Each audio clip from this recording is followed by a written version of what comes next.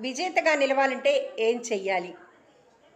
మన జీవితంలో ఎన్నో సమస్యలు ఎదురవుతూ ఉంటాయి. వాటిని మనం స్వీకరించినా, స్వీకరించకపోయినా అవి మనపై ఎంతో ప్రభావాన్ని చూపిస్తాయి. సమస్యలను చూసి విచారిస్తూ కూర్చుంటే సమస్యలు ఇంకా పెను సమస్యలుగా మారుతుంటాయి. విచారం వలన మానసిక ఆత్మస్థైర్యాన్ని కోల్పోతాం.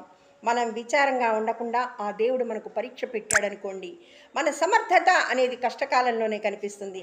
సంతోషంగా, ఆనందంగా ఉన్నప్పుడు ప్రతి ఒక్కరూ విజయవంతం అయినట్టే కనిపిస్తారు. కానీ ఎవరైతే కష్టంలో ధైర్యంగా నిలుచుని ఉంటారో వారే విజేత, నిజమైన విజేత. మన జీవిత ప్రయాణానికి అడ్డు తగిలే ఏ సమస్యను చూసి అక్కడే ఆగిపోకండి. దాన్ని ఎలాగైనా దాటుకుని ప్రయత్నిస్తూ ముందుకు వెళ్ళండి. అప్పుడే మనం అనుకున్న గమ్యాల్ని చేరగలుగుతాం, చేరగలం.